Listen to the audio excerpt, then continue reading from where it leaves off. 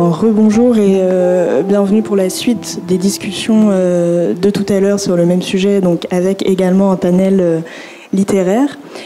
Donc hier, nous étions dans un panel avec Constantin Sigoff, un panel peut-être plus géopolitique à l'échelle évidemment du continent et traitant des questions de la guerre avec un prisme d'historien, un prisme sociologue, mais sociologique également. Mais l'échelle pertinente est aussi, et plus que jamais, l'échelle littéraire pour parler évidemment et notamment des thèmes, que ce soit la guerre en Ukraine, que ce soit la question des Balkans, de l'identité.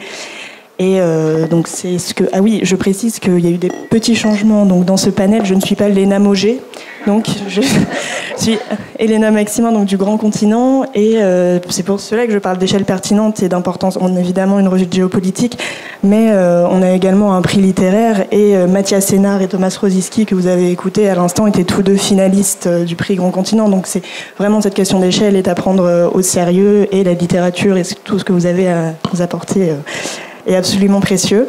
Et donc Constantin Sigoff également s'est ajouté à cette discussion, donc on l'en remercie.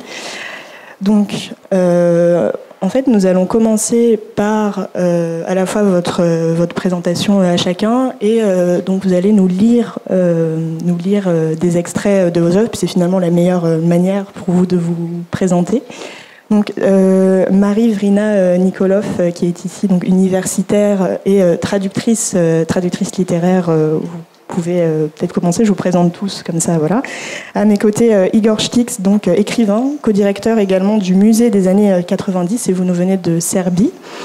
Également Georgi Gospodinov, qui est écrivain bulgare, donc qui est ici, et Constantin Sigoff, donc écrivain et éditeur ukrainien, auteur notamment donc, de Quand l'Ukraine se lève et Le courage de l'Ukraine. Donc vous allez nous parler de ce point de vue également. Donc sans attendre, Marie Vrina Nikolov, si vous voulez commencer peut-être avec une lecture et une présentation donc, de votre texte, je vous en prie. Avec cette perspective, donc, je précise franco-bulgare. Donc, je pense que ce qui serait bien, c'est qu'on l'écoute dans les deux langues. En fait, cet extrait, il est court. Hein. Donc, Добре, здравейте. Една страничка ще прочетем от Времеобежище. Избрахме тази страница, която по някакъв добър или лош начин е много актуална на това, което се случва след последните избори. Романът е от 2019-2020. И тогава миналото тръгна да завладява света. Предаваше се от човек на човек като епидемия, като Юстиниановата чума или испански грип. Помниш ли испанския грип от 18-та, питаше Гаустин. Лично не, отвръщах. Страшно беше, казваше Гаустин. Хората просто падаха по улиците. Можеше да се заразиш от всичко, само някой да ти каже здрасти и на другата вечер си мъртъв. Да, миналото е заразно.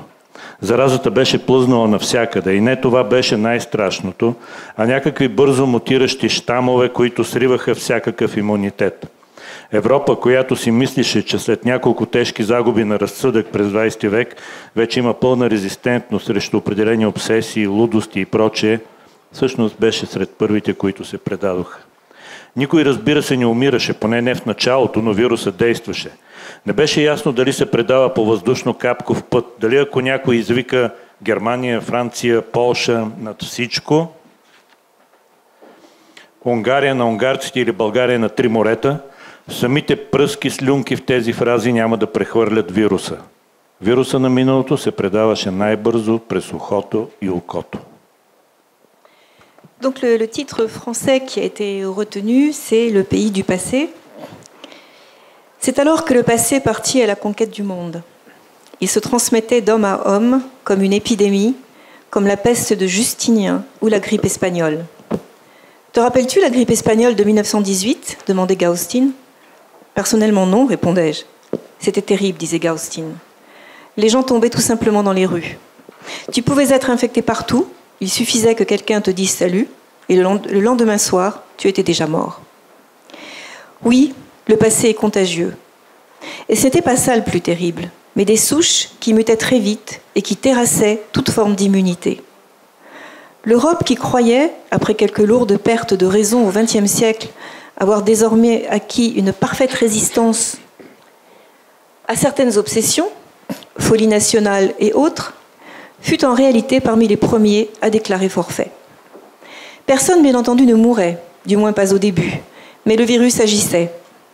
On ne savait pas clairement s'il se transmettait par voie aérienne, s'il suffisait que quelqu'un crie « Allemagne, France, Pologne, au-dessus de tout », la Hongrie aux Hongrois ou la Bulgarie des Trois Mers, pour que les postillons de ces phrases transmettent le virus.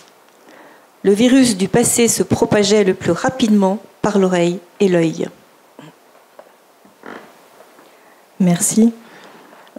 Constantin Sigov, si vous voulez, je me semble que vous aviez aussi un extrait à nous lire, à nous proposer.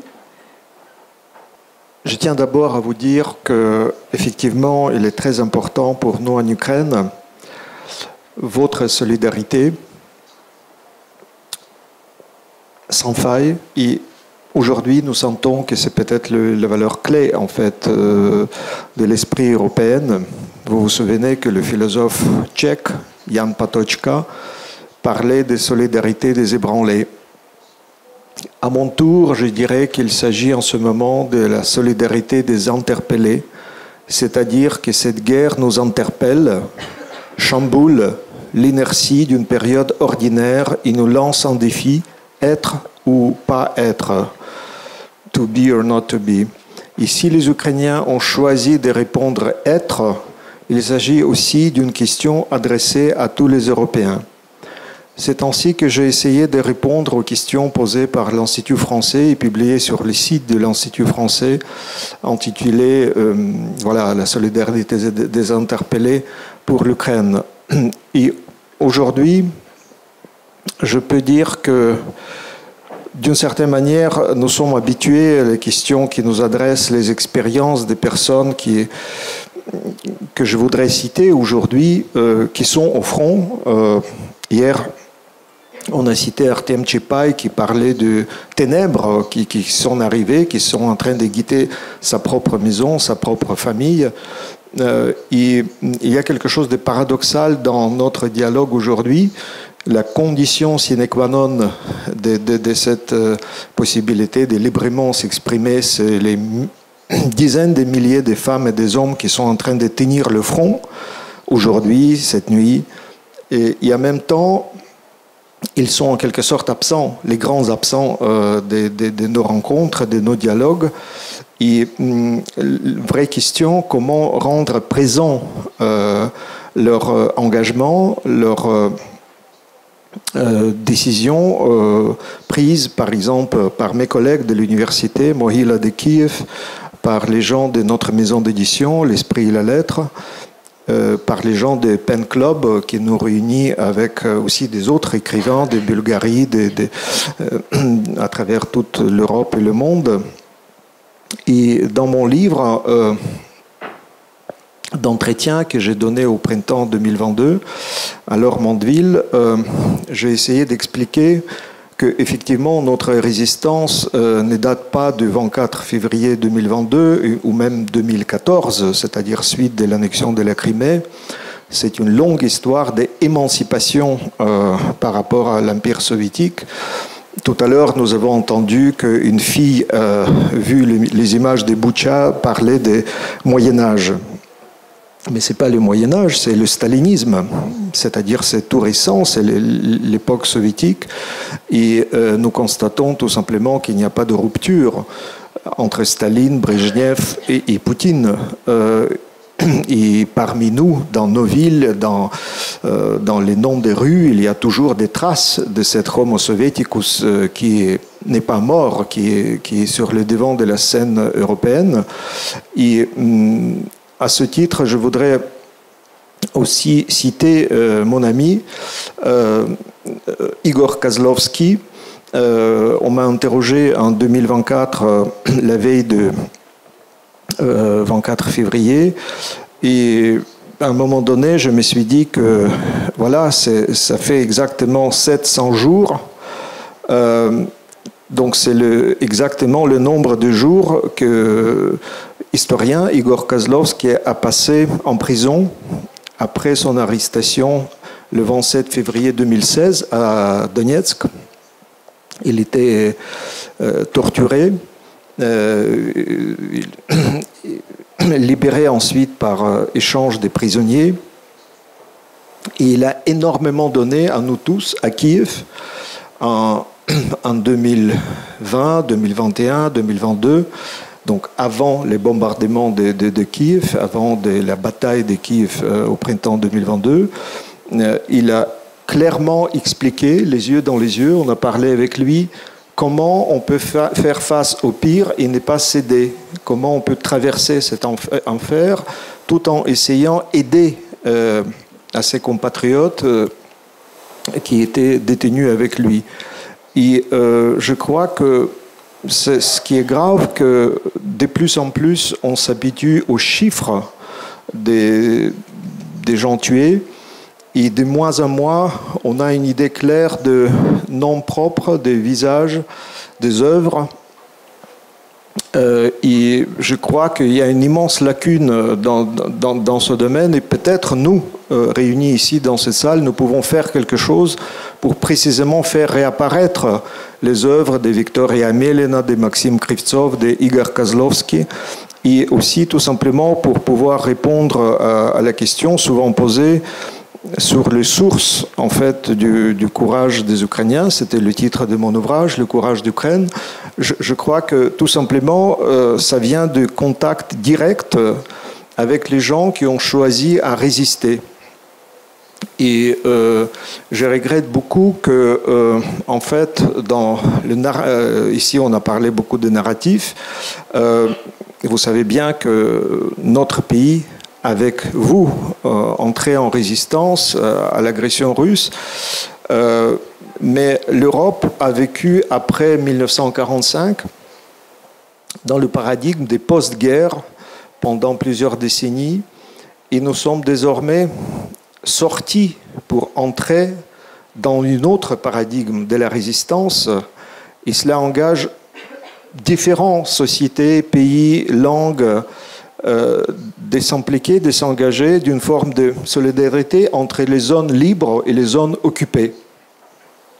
Et dans les zones occupées, il y a des rafles, il y a des déportations des enfants chaque jour, aujourd'hui. Et je crois que cet autre paradigme trop vite envoyé dans les archives, à Lyon, dans d'autres villes de l'Europe, nous permet d'aller au-delà de questions mal posées, est-ce qu'on est co-belligérant ou non. Nous sommes tous, d'une manière ou d'une autre, chacun à sa manière, dans cette résistance. Et ça va durer en certain temps. Donc plus on est conscient, plus on est capable d'appeler les choses par leur nom, ça aidera peut-être précisément à répondre aux questions de nos enfants. Qu'est-ce qui se passe? Qu'est-ce que nous pouvons faire? Comment agir? Comment exprimer très concrètement notre solidarité avec les gens qui sont en train de tenir la ligne de front aujourd'hui? Et donc, voilà, je tiens à vous remercier pour vos efforts dans ce sens-là. Merci. Je pense que il faut en effet lire les textes et dire les textes. Donc merci pour ça, puisque je pense que deux choses cruciales et à la fois contradictoires, enfin, non pas contradictoires, mais justement, vous allez nous le dire si elles sont contradictoires ou pas, ont émergé. L'idée de virus du passé, Georgi, j'aimerais énormément que vous reveniez dessus, et je pense que c'est à la fois ce dont on parle aujourd'hui et ce dont on a parlé hier, finalement, cette question, cette idée. Je pense que pour lancer notre discussion, c'est un très bon début. Et ce que vient de dire Konstantin Sigov sur la question de ce que fait la littérature aussi, c'est comment rendre présent des vies, rendre présent des récits, qui peuvent être des récits du passé d'ailleurs, mais avoir cette échelle-là qui incarne réellement les récits. Donc comment faire? Est-ce que le virus du passé est contradictoire avec cette question de réussir à rendre présent des récits et des identités, comme on a pu en parler juste avant? Donc Georgi, je vous laisse commencer. Мога да го кажа най-късо. Колкото по-малко памет, толкова повече минало идва. Мога да го кажа и малко по-дълго. Намираме се в период, който е много особен във връзка с паметта за миналото, с паметта за 20 век, с паметта за Втората световна война. Хората, които помняха лично тази война, хората, които бяха взели участие в нея, които имаха топла памет за тази война, вече ги няма, вече изчезват.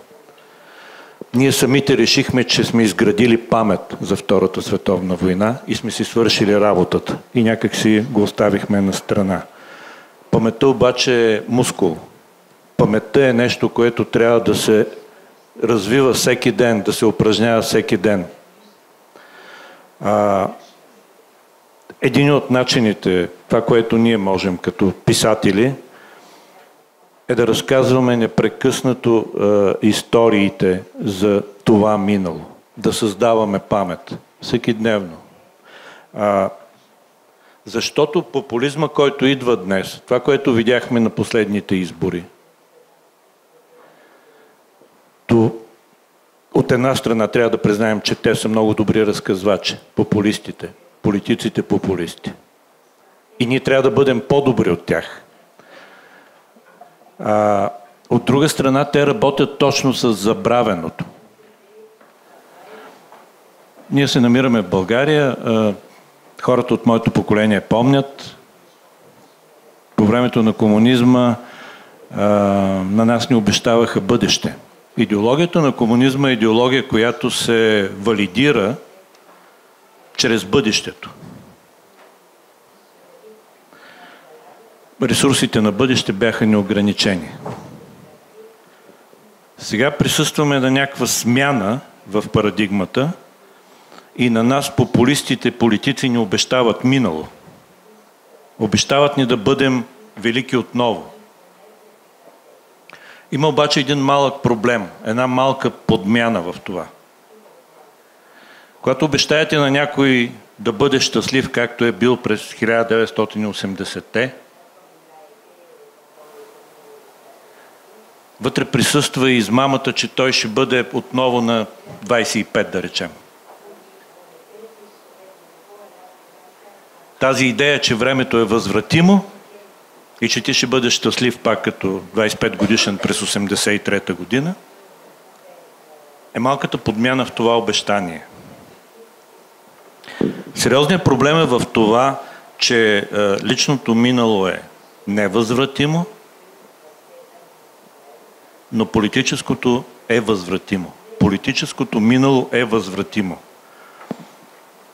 Може една държава да е била диктатура, да е минала към демокрация и много лесно, неочаквано лесно, да се върне отново към диктатура. Темата за миналото е страшно важна днес. Аз написах един текст на 24 февруари 2022, в който казах, че за мен това е война за минало. Войната на Русия, атаката на Русия към Украйна. Понеже всичко това по някакъв начин, темата за миналото, темата за войната, романа Времеубежище свършва с една сцена на обсада, която се опитва да повтори, да направи възстановка на 1 септември 1939 година. И изведнъж нещо прещраква и танковете тръгват и тази възстановка се превръща в истинска друга война.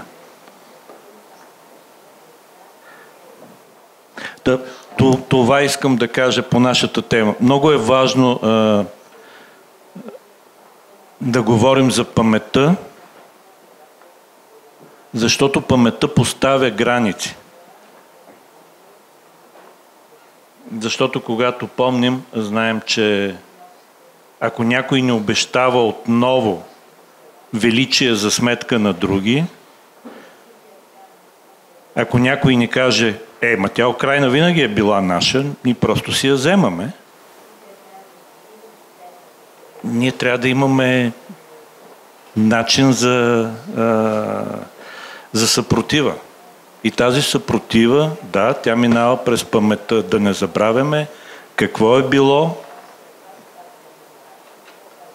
и да не допускаме да ни продават дилъри на минало някаква second-hand memory, втора ръка памет.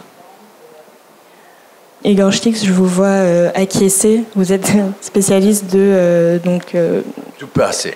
Du passé. Non, je suis pas. En ex-Yougoslavie notamment, et donc un lieu de guerre, un lieu où des mémoires justement s'affrontent avec haute intensité encore aujourd'hui. Qu'est-ce que vous avez à ajouter? Bon, effectivement, on a beaucoup d'expérience en ex-Yougoslavie avec les dealers de mauvaises histoires et du passé, des illusionnistes qui ont enchanté toutes les nations avec une idée d'un passé glorieux, une histoire glorieuse, avec l'idée de l'expansion territoriale, un État purement ethnique où il faut détruire les traces des autres. Malheureusement, ils ont fait un bon travail. Ils ont tué 130 000 personnes. Ils ont vraiment nettoyé ethniquement la région. Et donc, mais il y a des gens qui ont résisté contre la folie des nationalismes, contre la folie de la guerre, et du militarisme, etc., qui ont risqué leur vie pour sauver leurs voisins, et aussi les écrivains, les journalistes, etc., qui luttaient contre ça. On est parmi les écrivains, et bien sûr, c'est bien de rappeler la mémoire de Dubravka Ugrešić, écrivain croate, d'origine bulgare aussi, et bien sûr, qui a décidé de dire, mais ça, c'est de la folie. Et c'était au moment où la guerre était très, très terrible et où il y avait une mobilisation totale. Il fallait dire la vérité, même quand ça fait mal. La vérité à son propre, à son pays. Ici, on parle de la Croatie, qui était agressée, qui était occupée, etc. Mais il fallait dire, OK, bon, mais ça ne justifie pas la folie nationaliste croate. Parce que les Serbes ont attaqué la Croatie et ont pris 30% de territoire. Ça ne justifie pas. Donc, si on veut construire une société meilleure, il faut quand même avoir certaines valeurs et lutter pour ces valeurs. Dubravka Ugrešić parlait aussi de la terreur de l'oubli et la terreur de la mémoire. Donc, elle a dit, en 24 heures, il fallait oublier, donc on était terrorisé d'oublier tout ce qui était la Yougoslavie, tout ce qui était la fraternité, l'unité, tout ce qui était la fédération yougoslave, pour construire des nations, serbes, croates, bosniaques, etc. Et il y avait le terror d'une autre mémoire. Ah non, maintenant il faut quand même maintenant apprendre une nouvelle histoire, où ma nation était toujours victime, où les autres sont agresseurs, où pendant la Deuxième Guerre mondiale, ce n'est pas la résistance antifasciste qui a gagné, mais que les nationalistes, qui bien sûr étaient liés avec Hitler, luttaient pour leur nation, tandis que les antifascistes, communistes, athées, luttaient pour une communauté internationale communiste quelconque. Et on est toujours dedans, dans un révisionnisme historique profond. Donc, la chute du régime... toujours en ex-Yougoslavie, on dit socialiste. Je vois ici en Bulgarie, on dit communiste toujours. On dit ça. Il y a quand même des différences, des modèles. Ils nous ont dit en Yougoslavie, le communisme, ça c'est l'avenir. Maintenant, on essaie un peu socialisme. On va voir comment ça se passe. Mais ça donnait carte blanche aux fachos de revenir sur le devant de la scène, de parler de la pureté ethnique, de parler de leur nation, des frontières, etc. Et donc, comme je dis, il y avait des gens qui ont résisté et qui luttaient contre cette folie. Et c'est pour ça qu'on a aujourd'hui, d'une partie disons, ils ont sauvé ces sociétés. Le dommage de la guerre se sent jusqu'à présent. Mais quand même, il y avait des gens qui disaient, écoutez, il y a quelque chose qui s'appelle les droits de l'homme, etc. Il y a des règles à respecter et il ne faut pas détruire toutes les institutions. Donc, mais où on est aujourd'hui? Effectivement, comme Mathias Sénard a dit, il y a des projections. Hein. Le passé toujours fait des projections dans l'avenir. Mais il me paraît que politiquement, ce sont les années 40 et pour nous, les années 90 qui sont toujours présents. Malheureusement, ce ne sont pas les années 80. Hein. Si vous avez demandé quelqu'un à Sarajevo à 84, les Jeux olympiques, etc., voilà, j'avais 7 ans. J'habitais à Sarajevo, je regardais les Jeux olympiques devant mon immeuble. Si vous avez demandé quelqu'un, l'avenir sera radieux. L'avenir qui nous attend sera peut-être pas un paradis, mais sera pour plein de possibilités. 8 ans après, tout était détruit. Hein? Tout était détruit. Donc, quand on regarde la France aujourd'hui, de quelle idéologie on parle aujourd'hui quand on parle de Front National, Rassemblement National, il peut se nommer comme il veut. On parle de nouveau des années 40. Et aussi, bien sûr, c'est logique que la résistance aussi a le nom des années 30, hein, le nouveau Front populaire. Donc les années 30-40 sont toujours présentes, pas seulement dans nos Balkans, mais aussi comme on peut voir ailleurs. Donc on voit que certaines idées politiques sont tellement puissantes qu'ils peuvent survivre et qu'ils peuvent de nouveau diriger notre présent et malheureusement notre avenir. Merci. Vous avez l'air d'accord sur la question de... Enfin, vous avez parlé de folie des grands récits, folie des grandes idéologies, mais aussi grands récits nationaux.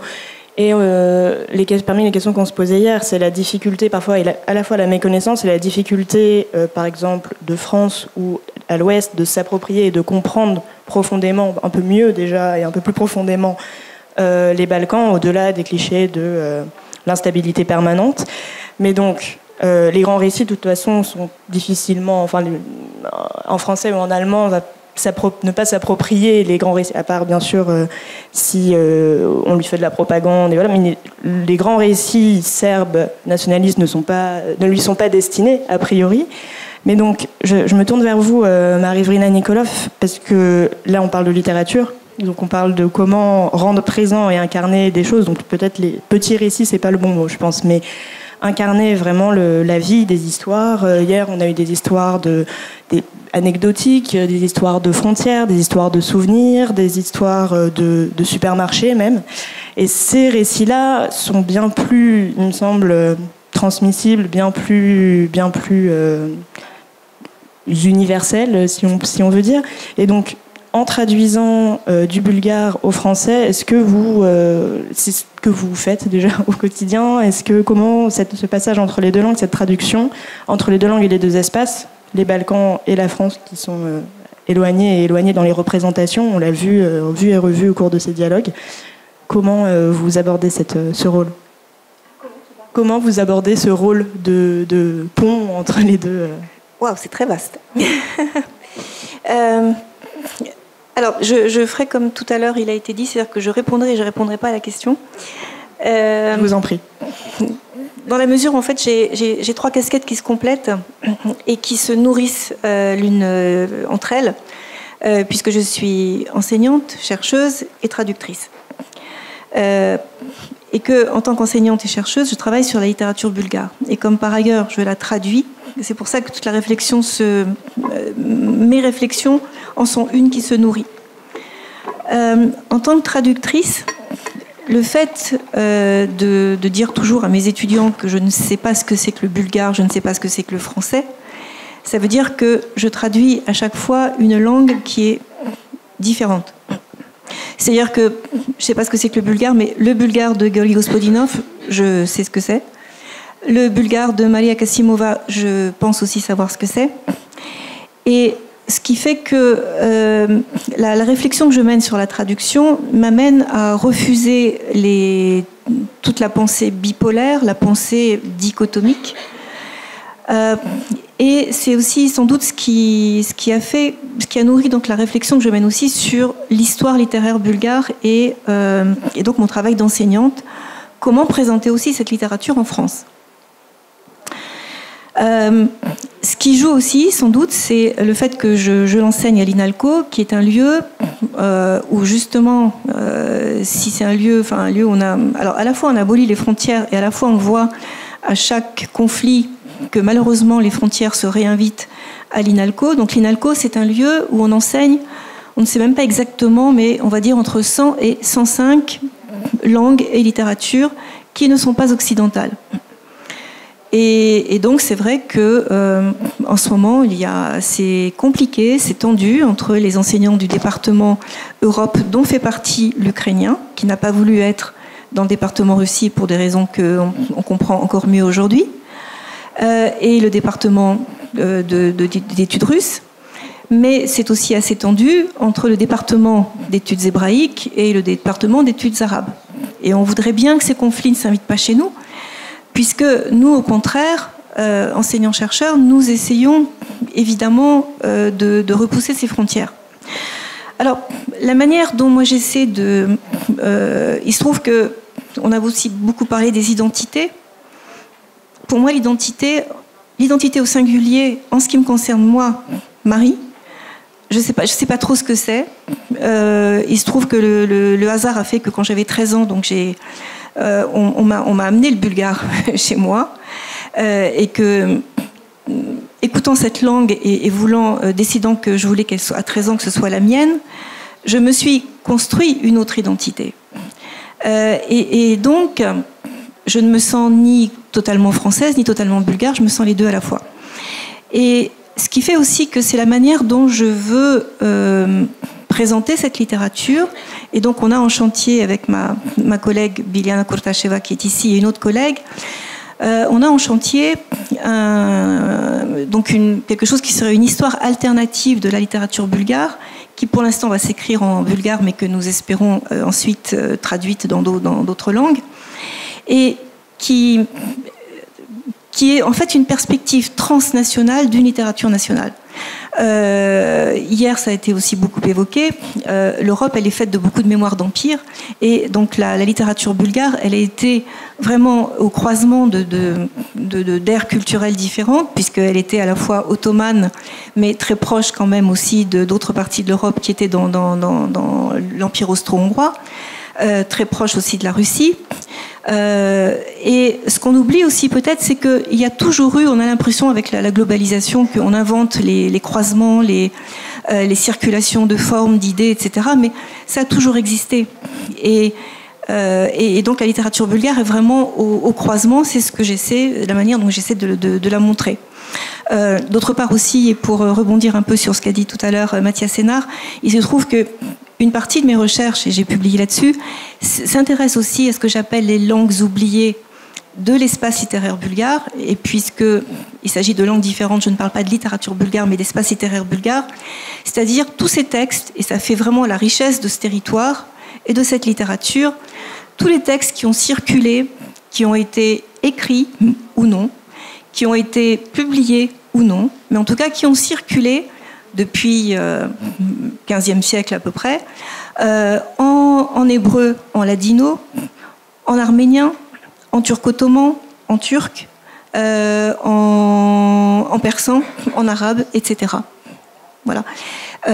Et puis, donc, comme vous le disiez aussi, évidemment, tout ce que peut nous apporter, tout ce que peut nous apprendre une littérature qui n'est pas la nôtre, oui, le fait de la traduire fait que je suis toujours très heureuse quand je peux avoir des retours justement de personnes qui ont lu en traduction, puisque c'est là où je peux me rendre compte de l'utilité de ce que je fais. Merci. Je pense que sur la question, Constantin Sigov, donc j'insiste sur cette question de rendre présent les choses, peut-être donner aussi plus d'importance aux petites histoires qu'à l'histoire avec un grand H, surtout au présent, parce que les petites histoires font aussi l'histoire. Et j'aimerais juste faire un parallèle auquel je pense, donc en citant un autre écrivain, donc c'est le moment de citer des écrivains, mais donc qui est Gaël Faye, l'écrivain franco-rwandais, qui parle qui dit, en parlant évidemment de la mémoire et pas de la mémoire en fait des faits du génocide du Rwanda, qui dit l'histoire, oui, l'histoire avec un grand H, mais leurs histoires, où sont-elles? En parlant de l'histoire de tous ces Rwandais assassinés, ces Rwandais Tutsis. Et ce qu'il dit, qui est, je pense, résonne avec ce que vous dites, Constantin Sigov, c'est « N'attendons plus les apocalypses de fin de siècle pour nous révéler, pour redonner un visage humain à chaque disparu. Et n'attendons plus les apocalypses de fin de siècle pour nous révéler. » Je pense que c'est toute la question de la littérature. Là, on a un coup de projecteur sur la littérature ukrainienne, parce que la guerre en Ukraine s'est déclenchée, mais et grâce au travail de personnes comme vous, d'éditeurs ukrainiens, grâce au travail également de ce genre d'événements. Mais peut-être qu'il faudrait ne pas attendre une guerre, ne pas attendre une catastrophe pour continuer à incarner ces récits, en l'occurrence de soldats du front, mais ces récits d'Ukraine, ces récits de Serbie. Donc Constantin Sigov, si vous voulez réagir ou si vous voulez prendre la parole. Oui, je pense que c'est très juste de dire que c'est absolument impossible pour nous, réunis ici, de différents pays, de dire que voilà, on peut céder à cette tentative et tentation de dire great again, ma tradition, ma patrie, etc. C'est pas du tout le cas pour nous, parce que nous savons bien que en fait, le grand oubli, c'est le totalitarisme soviétique qui n'a jamais été jugé à Nuremberg, qui a été impuni. Et Françoise Thom a raison à dire que le sens même de la politique actuelle de Poutine, c'est d'être impuni, de continuer dans cette impunité. Et en fait, il ne peut pas s'arrêter là, après tous les crimes déjà commis en Tchétchénie, en Syrie, en Ukraine. Je vous donne juste un exemple. Ici, dans cette salle, il y a des gens qui ont fait le travail humanitaire à l'est de l'Ukraine. Et je me souviens, il y a quelques mois, Jonathan Little est venu dans mon bureau à Kiev en parlant de traduction éventuelle de son ouvrage en ukrainien. Il raconte qu'il était justement dans le travail humanitaire en Tchétchénie. Après Tchétchénie, il venait à Moscou. Il parlait aux gens autour de lui à un moment d'un cocktail. Écoutez, il y a des choses atroces qui se passent, de bombardement des Grozny. Et les moscovites disaient, mais tu nous emmerdes avec ta Tchétchénie. Et il a dit, mais c'est votre Tchétchénie, c'est pas le mien. Et c'est exactement ce qui se passe aujourd'hui. Les gens qui rappellent ce qui se passe à Mariupol aujourd'hui, à mon avis, la seule manière de sortir de cette histoire, c'est quand même dire le vrai, dire ce qui s'est passé pendant la période soviétique et maintenant face à cette vague néo-soviétique.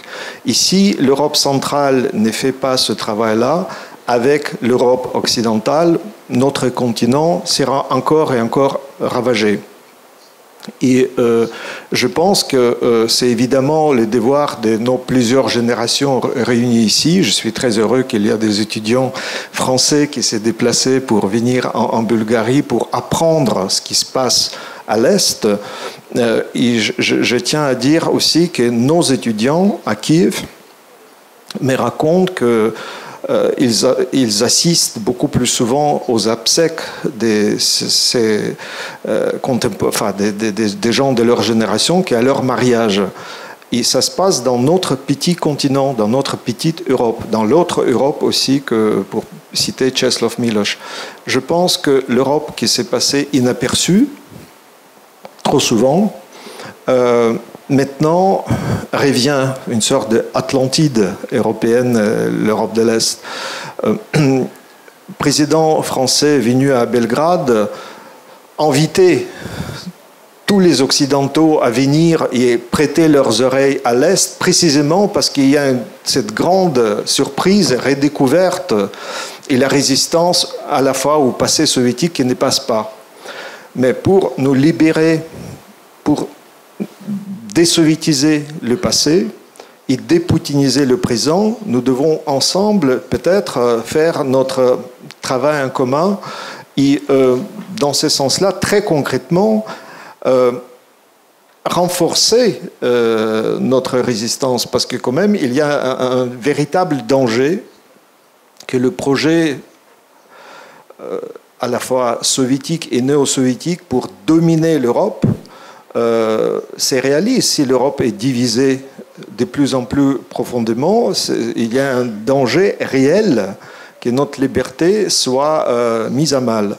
Et je pense que dans les mesures du possible, le projet comme Face à la guerre, dialogue européenne, nous rappelle qu'effectivement, pour toutes les générations ici présentes, pour la première fois, on discute face à la guerre. Et chaque discussion, qu'elle soit nommée ainsi ou pas, aujourd'hui en Europe, passe dans cet horizon-là, pas totalement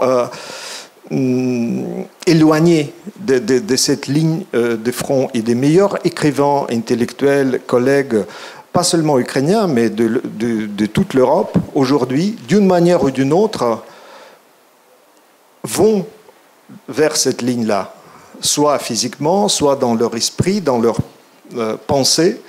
Et j'ai affirmé aussi dans cet entretien donné à l'Institut français que toute la recherche actuelle en Europe nécessairement est orientée vers l'Est. Pas seulement la recherche sur l'Europe de l'Est, mais la recherche sur l'homme, la condition humaine tout court.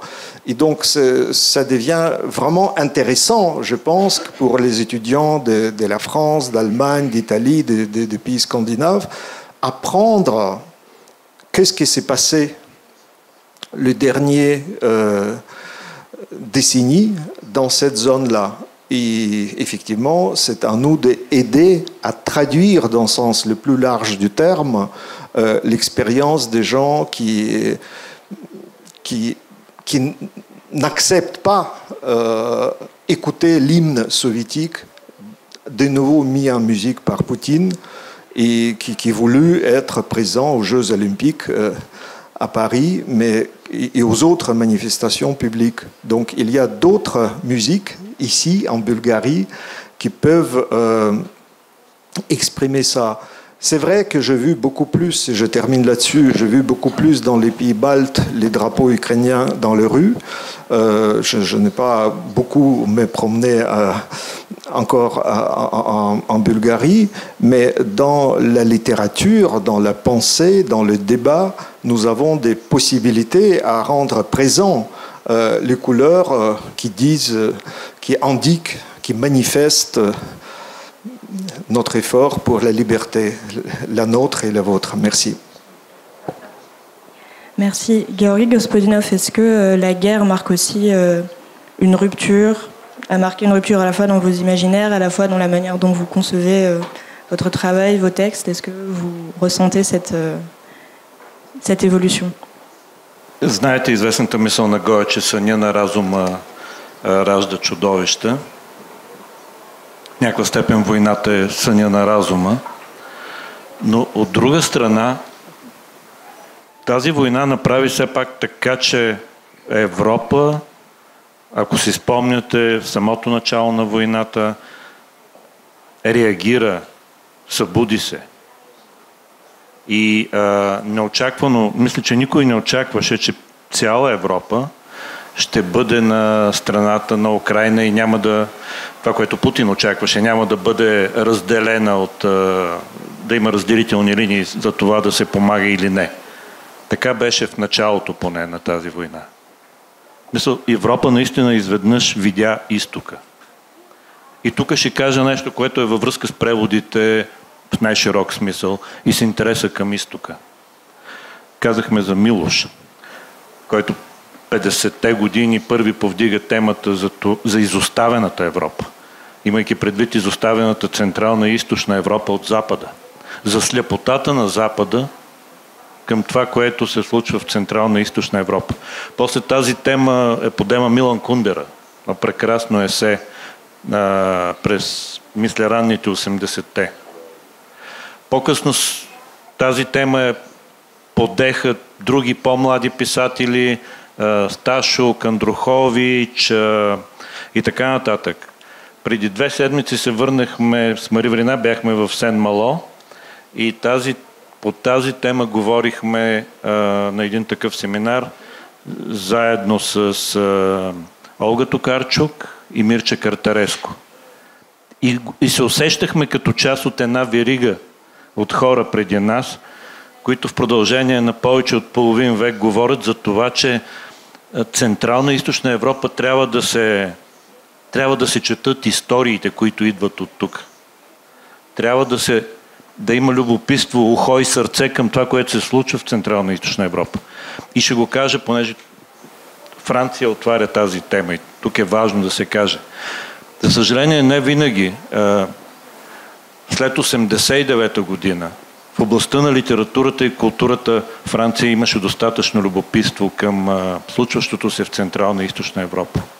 В някаква степен Германия беше много по-любопитна към това, което се случваше тук. Франция беше много важна за нас. Знаете, че в навечерието на 89-та тук дойде Митеран. И това посещение, на което той се срещна с български дисиденти, с Желю Желев, с други хора, за нас беше много важно. Ето какъв малък знак някак си дава кураж. След това, в някаква степен, мисля, че Франция оттегли любопитството си към това, което се случва в литературата, в културата. И това винаги това не води до добри неща. В момента центърът на Европа, наистина, центъра на Европа е нещо много подвижно. Допреди тези избори ние си мислихме, че центъра на Европа е стабилен, някъде около Германия и Франция. Сега виждаме, че не е така. Центъра на Европа е нещо много подвижно. Той следва точките на кървене. В момента кърви на изток. Затова съм съгласен как цялото вниманието е обърнато на там. И по парадоксален начин тази война отвори очите ни за изтока. А не трябваше да става така. А трябваше това да се случи през литература, през други неща, доста по-рано. Това е, което искам да кажа. Je peux ajouter quelque chose? Bien sûr. Alors, tout à fait, j'abonde dans ton sens. Bon, moi, je traduis maintenant depuis une 40aine d'années, et toujours pour détendre un peu l'atmosphère, si ça la détend, jusqu'à une date récente, jusqu'à 2-3 ans, et surtout, je dirais, avec le grand changement qu'a été le Booker Prize que Georgi a eu l'année dernière. Je disais à mes étudiants du master de traduction littéraire que je dirige à l'INALCO, avec des étudiants de plusieurs langues, je mourrais en traductrice heureuse, mais en colère contre les éditeurs. J'ai eu le sentiment, effectivement, de batailler, de mener un combat qui était vraiment pénible, parce que je me souviens encore de la période où j'appelais les éditeurs à une époque où il n'y avait encore pas Internet, et où j'avais envie de leur parler des textes bulgares en me disant « mais je vois pas en quoi tel auteur est moins... Radichkov, par exemple. En quoi il est moins intéressant qu'un Kadaré ?» Bon. Et on me répondait, la littérature bulgare, on ne fait pas. Je crois qu'ils ne se rendaient pas compte de la violence. J'avais l'impression que j'allais sur le marché, on me disait non, les patates, on n'en fait pas. Les haricots, on n'en fait pas. Petit à petit, j'ai vu que ça avait changé. Mais je pense que... Alors, ça m'a... Bien sûr, j'ai réfléchi aussi beaucoup. Je pense qu'à la fin, lorsque le régime communiste est tombé, en fait, la France attendait des textes politiques. En tout cas, c'est l'impression que j'ai eue. Et j'ai eu le sentiment que Dani Lokish avait extrêmement raison dans un texte qui s'appelle Le résidu amer de l'expérience, dans lequel il disait en gros, excusez-moi, je cite de mémoire, donc pas de manière très exacte, il dit on écrit des mauvais textes en Yougoslavie, puisque c'était encore la Yougoslavie, parce que on attend de nous deux types de textes. Soit, en gros, une littérature exotique, et ça, c'est le balkanisme, tel que Maria Todorova nous l'a, ou bien des textes politiques. Et de ce point de vue-là, la Bulgarie ayant été, pour des raisons politiques, parce que justement ce sont les Russes, ça a été rappelé hier, ce sont les Russes qui ont libéré les Bulgares de 5 siècles de domination ottomane. Donc c'est une des raisons pour lesquelles les Bulgares étaient extrêmement proches des Soviétiques. Et je pense que c'est une des choses aussi qui explique qu'il y a eu... Moi, je me souviens, quand j'étais adolescente, je lisais énormément de textes de dissidents russes, Solzhenitsyn évidemment, mais pas que, de dissidents polonais aussi, tandis qu'on ne s'est jamais intéressé, en tout cas à cette époque-là, à la littérature bulgare. Effectivement, elle est passée à côté des radars. Ce qui me frappe aussi, c'est que après, donc les textes que j'ai traduits, dans lesquels l'histoire est importante, je pense par exemple au Les Doux de Angel Igov, qui revient sur le tribunal populaire qui s'est mis en place en 1944, mais je pense aussi au Pays du passé. Ce qui me frappe toujours dans la réception française, c'est que avant, alors peut-être que les journalistes se sentent pas non plus très très à l'aise parce que ils savent qu'ils lisent des traductions et que voilà, ils se disent finalement l'écriture c'est qui, c'est l'auteur, c'est le traducteur, c'est bon. Et ce qui fait que la réception française est très souvent encore extrêmement politique.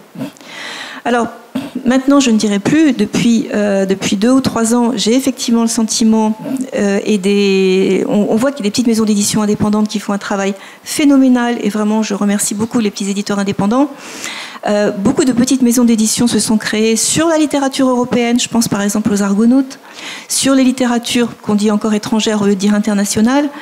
Et donc, on voit effectivement que l'Europe, alors centrale, orientale, comme on voudra l'appeler, commence à susciter un réel intérêt. Et moi, je le vois là, en 4 mois, j'ai la perspective d'avoir des éditeurs pour 6 textes que je pense vraiment extrêmement importants et que je traduis donc. Igor, je vous pose la même question. Est-ce que la guerre a changé quelque chose pour l'ex-Yougoslavie? Vous me demandez la question. La guerre en Ukraine. On était retraumatisés avec l'invasion russe contre l'Ukraine. Toute la région en fait, était retraumatisée. Ce sont les mêmes images qu'on a eues en 90. Hein? Ce n'est pas pour la première fois que la guerre revient en Europe après la Deuxième Guerre mondiale. Hein? On le sait déjà. Peut-être parce que Rishi Sunak, il ne sait pas. Les autres politiciens, ils ne savent pas. Donc il faut le rappeler. Il y avait une petite guerre en ex-Yougoslavie pendant 5 ans. Donc, la guerre, oui, mais bien sûr. Je veux revenir sur cette idée des espaces. Danilo Kiš, bien sûr, notre grand écrivain yougoslave. Et aussi, ça c'est au niveau d'une anecdote, mais peut-être c'est vrai, je vais pas dire mes sources. Il y avait aussi une décision éditoriale à Paris dans les années 80. Et il fallait choisir apparemment entre Kundera et Kiš. Hein? Et donc, les éditeurs ont choisi Kundera. C'est-à-dire qu'il faut pousser cette idée de l'Europe centrale plutôt, bien sûr la Tchécoslovaquie, etc., que la littérature de Kiš qui était vue un peu très compliquée, la littérature des intellectuels. Et donc il y avait le projet Kundera. Malheureusement, il n'y avait pas de projet Kiš. Sinon, j'imagine que Kiš ça aurait été nobelisé avant sa mort. Il y a des décisions de ce genre où il n'y a pas de littérature bulgare, où il n'y a pas de littérature croate, etc. Mais Kiš a dit une chose très importante. On ne peut pas venir sur la scène internationale comme les Croates, les Serbes, les Bulgares. On doit aller tous ensemble. Et il plaidait pour la littérature balkanique, la littérature des Balkans, comme l'Amérique latine. Et dans ces petits trucs, parce que Kiš, effectivement, se sentait bien comme écrivain yougoslave. Déjà, comme écrivain serbe, compliqué. Parce qu'il y avait cet espace yougoslave qui nous donnait une dimension supranationale. Et bien sûr, l'Europe centrale était très, très importante pour nous dans les années 80, mais il y a une autre chose, il y a un autre espace qui était qui était introduit par un autre grand écrivain que vous connaissez peut-être, Predrag Matvejević, dans son livre Le Breviaire méditerranéen. Et donc l'espace de la Méditerranée, on est ici, tout près de la Méditerranée. On ne parle que de l'Est, etc., l'Europe centrale. Non, mais la Méditerranée, c'est là. Ça, c'est déjà un pays on sent la Méditerranée. Et donc, comme ça, bien sûr, on sait tous qu'en ce moment, il y a deux guerres qui nous ravagent, qui détruisent l'âme de la conscience littéraire, morale, etc. C'est l'Ukraine et, bien sûr, ce qui se passe à Gaza. Hein? Et au Proche-Orient en général. Voilà. Donc, on plutôt évite de parler là-dessus, mais il faut quand même savoir que ça se passe ici, que ça coupe les générations. Regardez les manifs des étudiants et leurs parents. Il y a une guerre entre les générations, pas seulement entre les peuples. Et ça, de nouveau, de parler de l'histoire. Il y a une guerre intergénérationnelle où on ne se comprend pas, où on ne se comprend plus. Et donc, pour nous, dans l'espace balkanique, ce qui est absolument important, c'est d'avoir un peu plus d'espace. Et donc, d'avoir un espace plus large. Surtout pour moi. Bon, on mentionnait Serbie, merci. Je suis honoré d'être présenté comme un écrivain serbe, bien sûr. Mais moi, je viens de Sarajevo, et voilà, j'habitais aussi en Croatie, et maintenant j'habite en Serbie. Donc, qu'est-ce que vous voulez? Me mettre dans une petite... je sais pas. Non, ça ne marche pas. Non, si vous dites post-yougoslave, ok, bon, ça va. Balkanique, ça, j'aime bien. Ça, j'aime bien. Ça me donne un peu de l'exotisme, mais quand même un peu de force. Un peu de... J'aime bien ça. Je ne suis pas un type de Kusturica ou Žižek, mais bon. Et vous voyez, il nous faut plus d'espace. Mon épouse est serbe, elle est de Belgrade, elle m'a amené à Belgrade, et notre fils se demande chaque jour, bon, écoute, qu'est-ce qui se passe là? Qu'est-ce qui s'est passé? Peut-être c'est pour ça que je travaille sur le projet Le Musée des années 90, parce que je veux expliquer à mon fils ce qui s'est passé. Et c'est très, très difficile d'expliquer que c'était un peu plus facile avant et que c'est très compliqué maintenant, qu'il est confronté avec ces questions, mais tu viens d'où, etc. Il ne peut pas comprendre qu'on voyage avec les 3 documents différents. Bon, c'est comme ça. Non. Et ce qu'on déteste, ce sont les frontières, bien sûr. On veut les éliminer. Peut-être qu'il y a quand même un espoir. Avec l'Union européenne, espérons de réunir les Balkans. Ça, c'est ce qu'on espère. Et bien sûr, de comprendre que quand même, on fait partie d'un ensemble beaucoup plus large. Et c'est pour ça que j'ai mentionné la Méditerranée et quand même les régions qui nous donnent un sens d'aller au-delà des groupes ethniques, d'aller au-delà des nationalismes, et espérons que ça pourra se passer un jour à l'intérieur d'une autre Union européenne. D'être un écrivain européen. Point barre. Voilà. Merci.